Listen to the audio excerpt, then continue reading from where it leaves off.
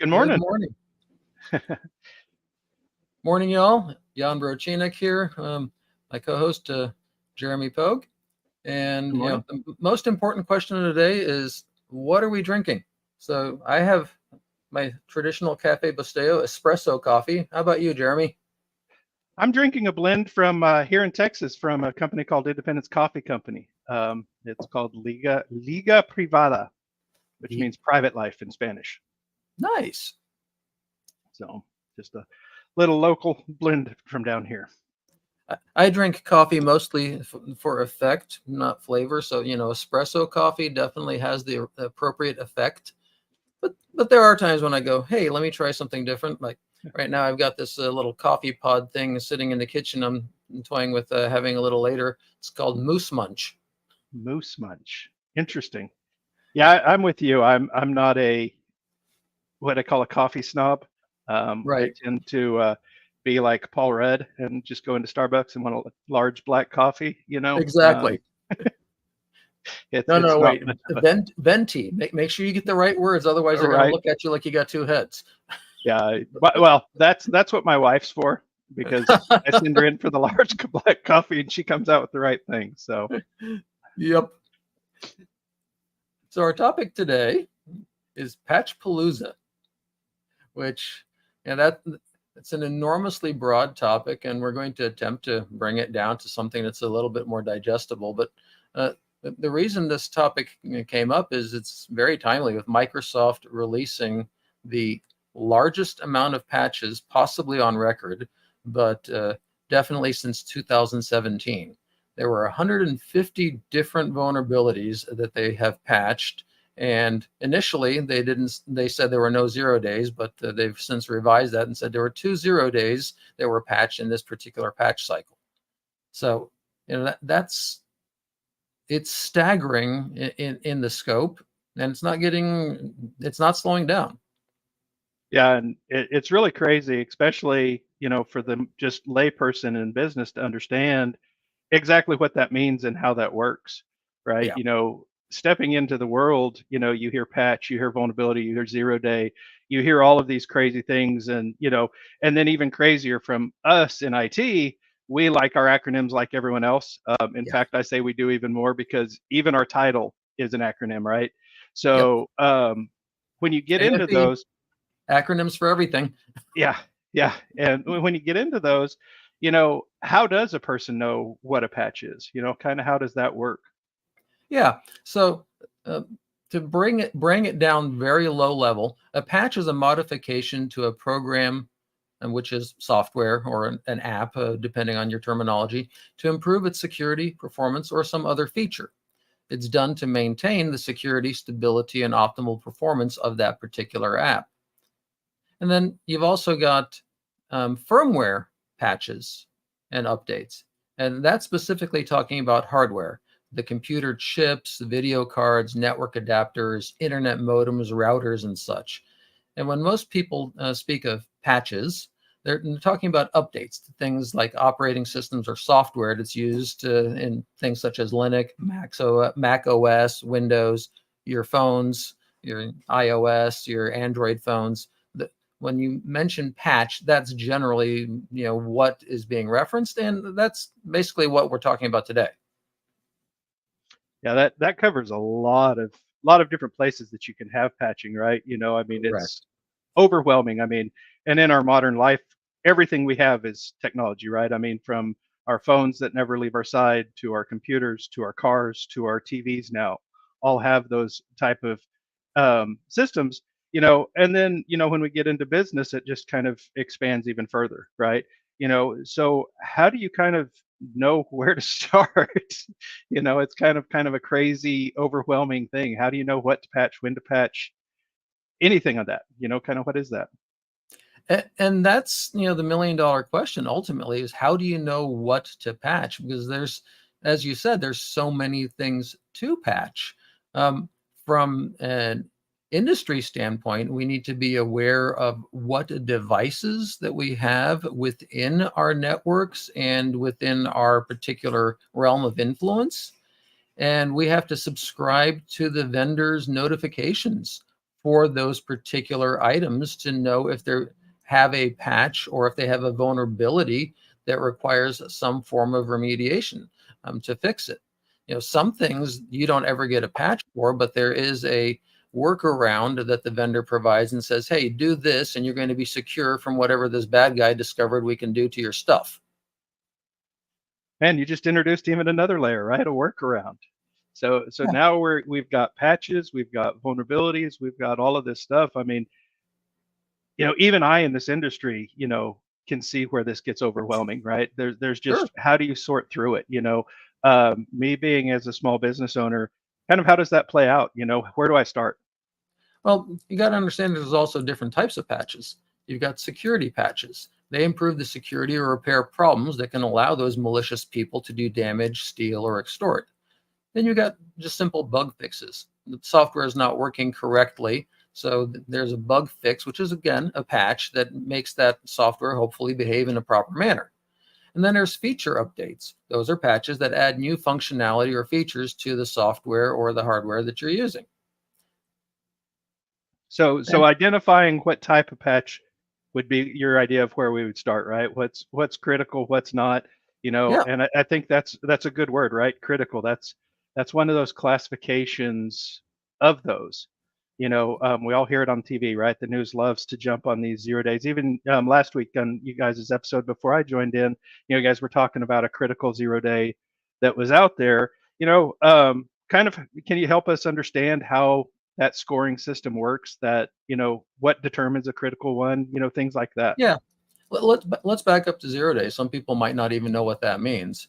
So a 0 day is when there is a vulnerability that exists out in the wild that a patch has not existed for up until the time that the patch is released, meaning that the bad guys are already using that particular vulnerability to either probe or to do damage. So the 0 day patches are really hit the top of that scale if they apply to your particular enterprise or your particular products that you have within your enterprise. So that hits that top of the scale of what you need to prioritize. And as you mentioned, prioritization, there's a bunch of different ways of identifying priority and importance. There's databases that exist on the internet. The CISA maintains a database called the Known Exploited Vulnerability Catalog, which is publicly available. Those are vulnerabilities that they know bad guys are using to attack companies. And I would say that particular list is one of the ones that you definitely want to pay attention to. If you have stuff on that list, those things need to be top of mind to receive a update or a patch or a mitigation, a workaround. If this thing is accessible via internet connectivity, does your device actually need to connect to the internet? If not, disconnect it from the internet. Allow it to be connected only internally. That gives you time to decide if you need to patch it or if there's no danger of that thing ever being exploited since it no longer has that type of connection. That's a good point. It's not necessarily, as you mentioned, the workarounds. Sometimes that workaround is just limit the access to that device. You know, uh, Limit and the as you blast talk through radius. that, what's Yeah, that? limit the blast radius. Yes, yeah, Within impact IT, for we sure. have the function called network segmentation, where you say, okay, this thing that I know is vulnerable, I'm going to allow access to it only from these 5 computers in my network. I might have 200 computers, but only 5 of them can access this thing that has vulnerabilities. And those 5 computers are relatively well locked down that they can't receive anything from the internet or other damage. So now you've mitigated this particular vulnerability in this thing without actually having had a patch. That's true. Yeah, and quite oftentimes we get told about those vulnerabilities that there is no patch, and Right. that's the fix, or we have to roll back to a previous version that didn't have the bug, or whatever the case may be. There's a lot of ways we have to dive into that. And as we're looking through those, there are times when a critical vulnerability is not critical to you as a business. right? Right. You may have a program that has a vulnerability that is critical to someone else, but you don't use that program as extensively as others. So sometimes you can prioritize patching lower vulnerabilities in more critical systems than critical vulnerabilities in low critical systems. So it definitely does get crazy, and you kind of have to start kind of building out a framework inside your own business or enterprise that matches your needs. Yeah. Let me back up a step. Some people might be asking, what's the difference between a patch and an update? Generally, a patch is something that is smaller and it's targeted to fix a specific item. When an update is more comprehensive set of patches that might include security updates, bug fixes, and potentially new functionality as well. And then Right. Jeremy had mentioned, about how do you prioritize these things? The most common one out there, it's actually called the Common Vulnerability Scoring System, has a number scale from 0 to 9 plus or 10 as being the most severe and 0 being the least severe. So the various reveals of these patches are called CVEs. And currently, within the CVE database, there are 32,343 9 pluses that are Just out a there. few, just a few. Yeah. And the CVSS or the CVE database has 172,356 CVEs. It's just mind-boggling. And Right. and this has only been tracked since about 2014. And the number of these things entering the database every year is growing dramatically. We saw a sharp rise with the advent of AI, with the various tools that are able to probe the software for vulnerabilities much quicker than a human being could. Absolutely. Yeah, that's the thing is, these are not slowing down. There's lots of discussion on who the onus of repairing these and patching these falls on, but really at the end of the day, the onus falls on, the end user to make sure, their own system's taken care of. As we build out that scoring system and everything like that, I know coming in today and where you're getting a lot of your data from, you provided us with a amazing website. You mind sharing that with everyone? Yeah, the website is cvedetails.com. So again, CVE, Charlie Victor Edward details.com. And it has some great graphics in there and clickable links on the left-hand menu where you can dig into what's there. If you go to CISA's website, cisa.gov, you can navigate your way to the known executable exploitable vulnerabilities catalog as well and see what CISA has prioritized as needing to be plugged or dealt with. Well, and I know on that site, and there's another scoring system that helps you also prioritize these when you get slammed with it. That Correct. EPSS score. Correct. Um, you mind diving in a little bit more on that one and kind of explaining how that one works? Yeah. So the EPSS score is defining what is the potential for exploitability of this particular issue or flaw within a specific time range. And if I recall, it's 0 to 7 days or 0 to 15 days, and then 15 days to like 30 days, and then 30 days or more. So how quickly is it believed that a threat actor or a nation state group is going to hop on this thing and try to do something with it? And obviously, if you're following the EPSS scoring system, you're going to want to prioritize the ones that are likely to be exploited quickly. Yeah, and that's the crazy thing is if you watch that, now you have two scores to watch, right? And so as you're watching it, you'll see these random pop-ups from vulnerabilities that are 2, 3 years old that were low vulnerabilities when they came through, and now all of a sudden everyone's jumping on it, Right. and so it is a definite process that you have to have built in to not just catch those criticals. You know, a lot of people think, oh, I caught the criticals and the highs, I'm good. And they still leave those mediums and lows open for years. Yeah. And then, you know, those threat actors at that point, that becomes that low hanging fruit. Oh, sure. There are vulnerabilities from 2019 that are in active exploitation. It just boggles my mind how many Fortinet devices, Fortinet is a firewall router vendor out there, that have not received patches from 2019 that plug holes that threat actors are driving trucks through every day. It's it's amazing. Yeah. Now, on the topic of the various scoring systems, there's also the National Vulnerability Database, which they're actually having some difficulty right now being able to update that because some of their funding was cut, and they're just getting so many vulnerabilities submitted to them that they're not able to update the database in a timely manner. Another site that I like to go to check some of this is whatshouldipatch.com.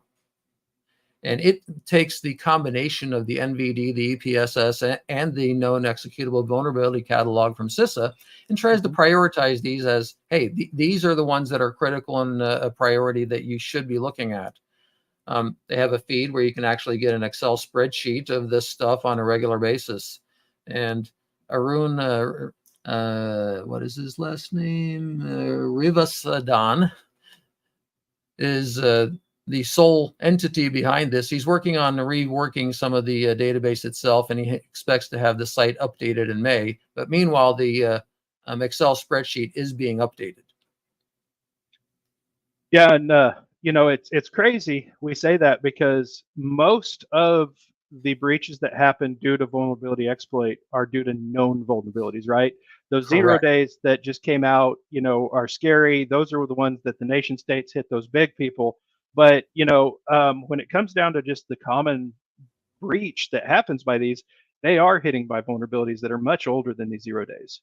You know, In generally, yes. Now you do have some of these threat groups like CLOP and a few others that soon as a vulnerability is released for something such as Ivanti's Pulse Secure or Connect Secure product, within a matter of about a week, they find a way to exploit that. Things right. such as QNAP or Synology, if they have a vulnerability, again, within about a week, as soon as that vulnerability has been announced, they find a way to do something with that and start attacking. So those are the ones that are really the high priority vulnerabilities that you need to be paying attention to.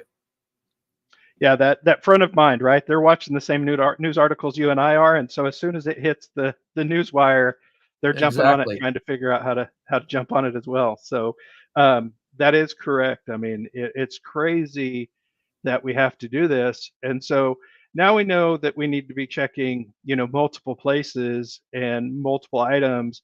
But how do you make sure you go back and catch those? How do you check for these vulnerabilities? Well, you need to have some form of patch management software that's capable of looking at them. And that's frankly why people like us, managed service providers, exist, and why managed security service providers exist, because they're able to load software within your enterprise that then scans across your networks and across your devices, identifies what unpatched vulnerabilities exist out there, and then either apply those patches for you or tell you what needs to be patched, depending on what your contract terms are and what type of IT information technology professionals you have within your organization. Are they capable of doing that, or do you need assistance for that? But that brings us to a whole nother fun problem. There's patches, so why not just apply them whenever they come out? What's the problem with that? Yeah.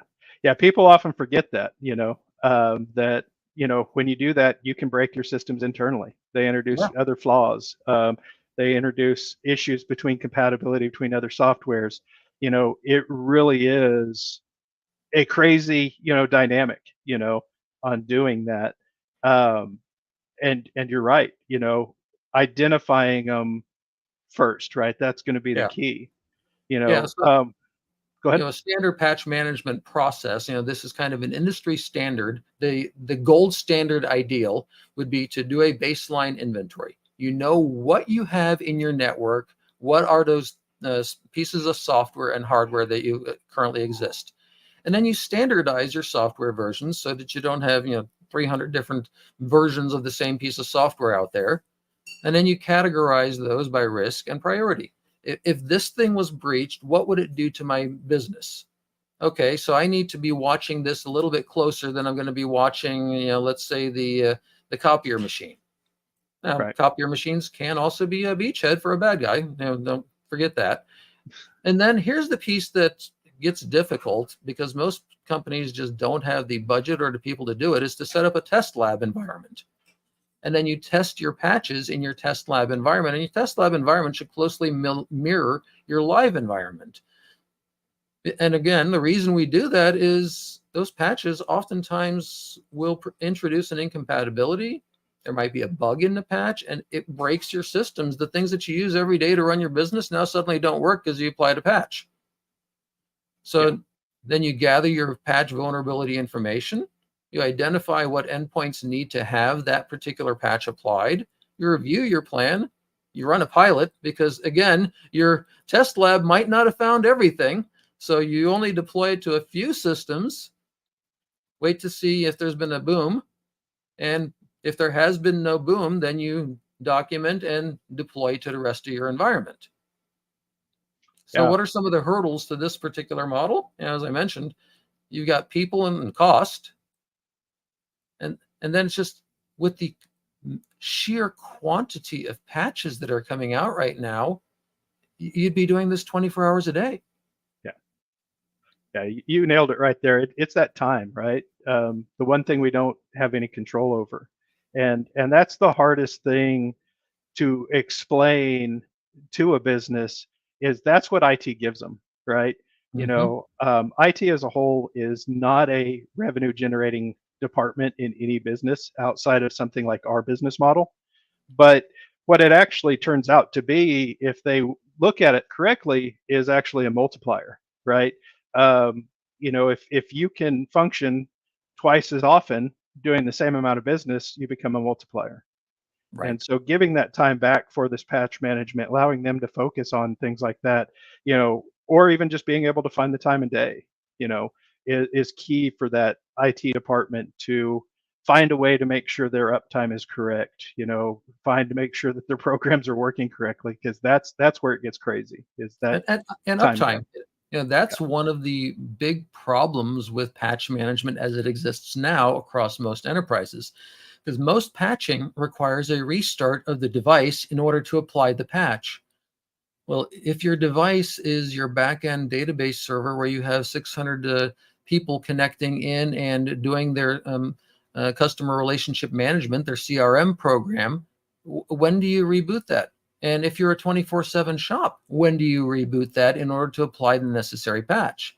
There are thankfully some silver linings in the horizon. And if we look back historically, this has been something that's been attempted for a long time. Digital Equipment Corporation and HP came out with this thing called Galaxy class architecture, where literally everything within that system was able to be partitioned.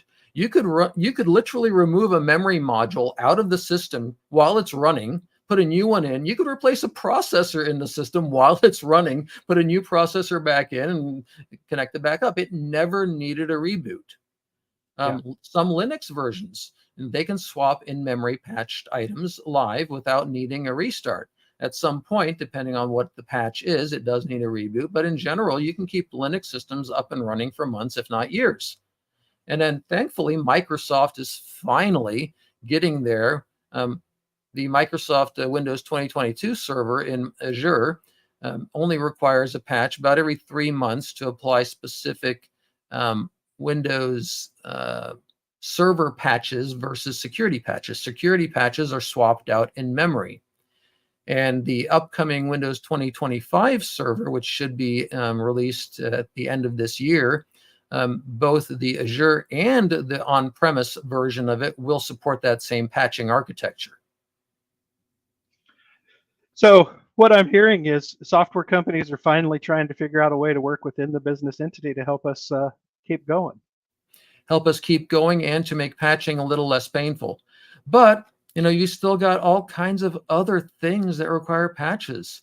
You've got Intel and AMD that have had at least 2 different versions of this vulnerability called Heartbleed, where you can siphon data out of the processor itself while information is traveling through the processor and steal secrets, steal information that's encrypted, albeit at a very slow rate, but it's possible to do that. Well, in order to apply that type of patch, you've got to reboot your server because it's down at the hardware level. Right. Yeah, it definitely paints a picture of never wanting to own a computer, right? Yes. Yeah, the Yeah. people that do like woodworking and do all their calculations on a uh, Pencil and paper.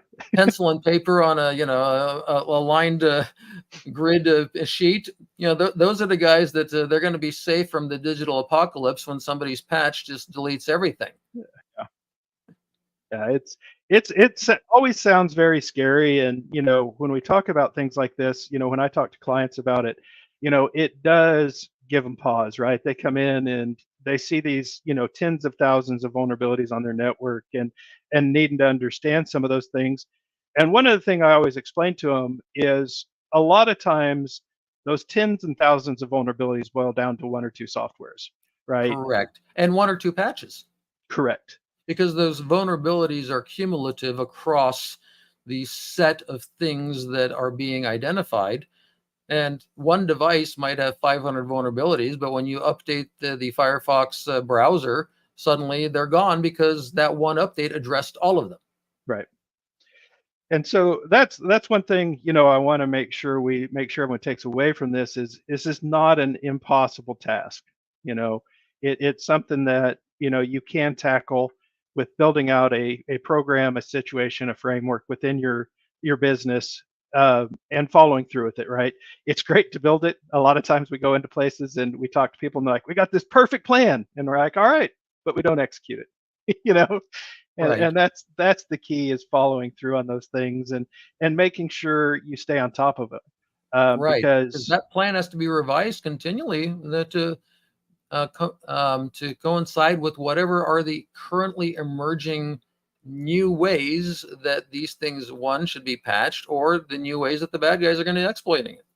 right, yeah, it's an ever changing world, on that side of things. But with the right program, with the right systems, with the right tools, you know vulnerability management is not an undaunting task. Right. No, it's you know not. And the number one goal is identification. Unless you know what you have, and then also, how to get those patches onto it. Us as managed service providers, it's our job to identify those things and know how to update those. But Mhm. if you're running your own business yourself, it's okay, what do I have in my business? And Right. now, where are the various notification areas that I need to be paying attention to for those patches, those Yeah. updates? Yeah. And those update patches, they are commonly readily announced, right? Vendors want to get that information out Definitely. there. So And there just are try. aggregators out there that will let you know about these things. WordPress is a very popular web design software and web hosting software. And for instance, this month, there were 173 vulnerabilities in WordPress plugins and WordPress themes. Well, there's a company called WordFence that will let you know about that for free. You just need to look for the places that will inform you about these items. Yeah, that's a good point. As you introduce new applications into your business, make sure you're signing up for it at that point, right? Correct. Don't wait for the next month when you're like, oh, I'll catch this next month. And at the same point, if you remove a piece of software from your business, make sure you go through and get all of the tendrils that it spreads across the network, because oftentimes it's that forgotten software that you turned off the notification for that gets you. Oh, definitely. So, you know, it's always amazing, seeing those things going, and everything. So, when it comes to those, you know, anything that you're doing on the network, It's just one of those, be diligent, pay attention, and having that understanding of what's there is that first step. Oh, one final note, and Elias Leslie brought this one up, is even if a patch is a high vulnerability patch, you can the lows and mediums can be chained together to get you basically a high vulnerability patch. Yeah. And we are out of time, so Jeremy, final thoughts? Be diligent, stay safe, and just keep going on. It's one of those, when it comes to vulnerabilities, it's not as it sounds scarier than it is, as long as you take the time to educate yourself. And I tend to err on this other side just a little bit. They really are out to get you.